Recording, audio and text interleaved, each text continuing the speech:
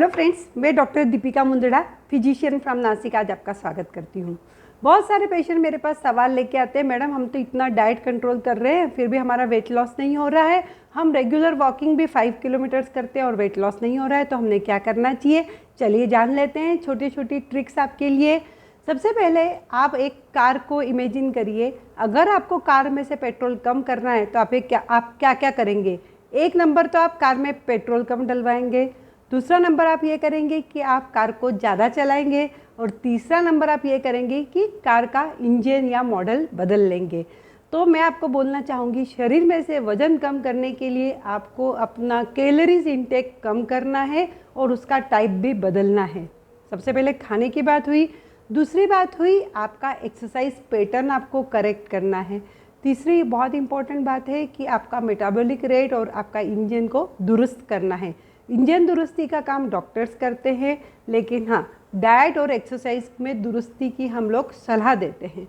जैसे कि पेशेंट बोलता है मैंने एक चपाती सवेरे नाश्ते में ले ली या रात का बचा हुआ चावल नाश्ते में ले लिया है और वैसे ही चमक के और रोटी के साथ अचार खा लिया है।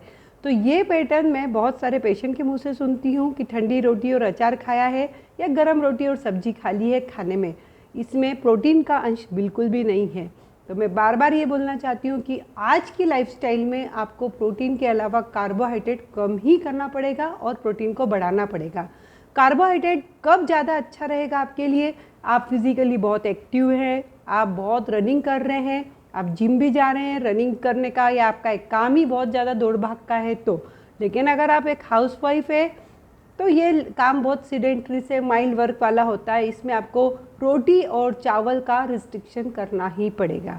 उसके बजाय आप कैलोरीज रिस्ट्रिक्शन करके साथ में आप दालों का या विभिन्न प्रोटीन के दूसरे सोर्स होते हैं, या तो आप नॉनवेज का सूखा पीस ले रही हैं या दूध, दही, सूखा मेवा या ड्राई फ्रूट का सेवन करेंगी। और फिर डेफिनेटली फाइबर को अपनी डाइट में लाएंगे। फाइबर के लिए हम सलाद या थोड़ी बहुत सब्जियों की सलाह देते हैं। बीन्स या लंबी फली वाली सब्जियां प्रोटीन का एक अच्छा सोर्स होता है। और दालों में भी वेरिएशन लाएंगे। डेफिनेटली तेल रिस्ट्रिक्शन करना है, घी कम से कम इस्तेमाल करना है और ट्रांस फैट को जितना हो अवॉइड करना है। ट्रांस फैट मतलब बाजार का तला हुआ और पैक्ड फूड और आपके जितने भी सॉसेस आते हैं उन्हें आपको अवॉइड करना हुआ। ये हुई खाने की बात। खाने पे मैं बोलती हूँ कि थोड़ा सा भूखा रहने की कोशिश करो। भूख नहीं हो तो लंच आप स्किप करने में कोई नुकसान नहीं है। वैसे ही कुछ घंटे आप जब भूखे रहते हैं तो आपके लीवर में से ग्लाइकोजन कम होता है, फैट सेल्स भी कम होती है। भूख से कम खाना भी आपके लिए अच्छा रहेगा। पूरा स्टमक को फील करने की आपको ज़रूरत नहीं है। आयुर्वेद भी बोलता है कि 75% स्टमक की कैपेसिटी तक ही खाना खाना चाहिए। एक हो गई खाने की बात। दूसरा होता है आपको अपना एक्सरसाइज पैटर्न बदल लेना चाहिए।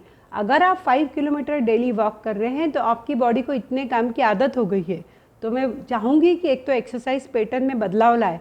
अगर स्ट्रेट आप जा रहे हैं तो थोड़ा सा रिवर्स पैदल चलने की आदत डालेंगे।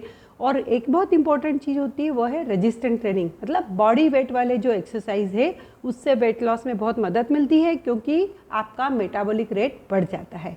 बॉडी वेट वाले एक्सरसाइज करने के लिए आप जिम ट्रेनर की हेल्प ले सकते हैं। मैंने कुछ वीडियोस भी बनाए हैं और आप कुछ चीज़ें नेट पे देख के भी सीख सकते हैं कि आपको रेजिस्टेंट ट्रेनिंग कैसे करने रहते हैं। तीसरी बात हुई आपके मेटाबॉलिक रेट को या आपके इंजन को दुरुस्त करना, वो मैं आपको बताती हूँ। लेकिन जो एक्सरसाइज का पैटर्न है उसमें एक चीज़ और मैं ऐड करना चाहूँगी कि जो लोग सिर्फ एक बार एक्सरसाइज करके रुक जाते हैं उससे उन्हें कोई फ़ायदा नहीं होता है। आपको दिन भर भी कुछ कुछ इंटरवल पे थोड़ा सा चलना चाहिए या थोड़ा एक्सरसाइज करना चाहिए। मैं तो आजकल लोगों को सलाह बोलती हूँ कि जितनी बार आपने मुंह खोला और कुछ खाया उसके पहले या बाद में आपको मेटाबॉलिकली एक्टिव रहना चाहिए। जैसे हम स्नैक्स खाते हैं वैसे ही एक्सरसाइज का स्नैक्स लीजिए। इससे डेफिनेटली आपका वेट लॉस में मदद मिलेगी। जितना भी आप ब्रेक मिले उतना आप एक्सरसाइज करें। इससे आपको लीवर और हार्ट और ब्रेन, किडनी काफ़ी अच्छे रहेंगे। फिर बात हुई इंजन दुरुस्त कैसे करना है। एक तो आपका बिहेवियर मॉडिफिकेशन करना चाहिए। जो आपका स्लीप पैटर्न है वो अगर गलत है, अगर आप स्ट्रेस ले रही हैं तो डेफिनेटली आपका वजन बढ़ेगा। नींद अच्छी नहीं रहेगी तो कुछ गलत हार्मोन सीक्रेट होंगे और आपका वजन फिर बढ़ता रहेगा। वैसे ही विटामिन डी की या कुछ विटामिन्स के टेस्ट करा लीजिए, जैसे थायराइड के टेस्ट कराए, जिसकी वजह से भी वजन बढ़ सकता है। तो हमेशा cholesterol, thyroid, sugar, blood pressure ये एन्युअली आपको चेक करना ही है। लीवर पे भी मैं स्पेशल फोकस देती हूँ।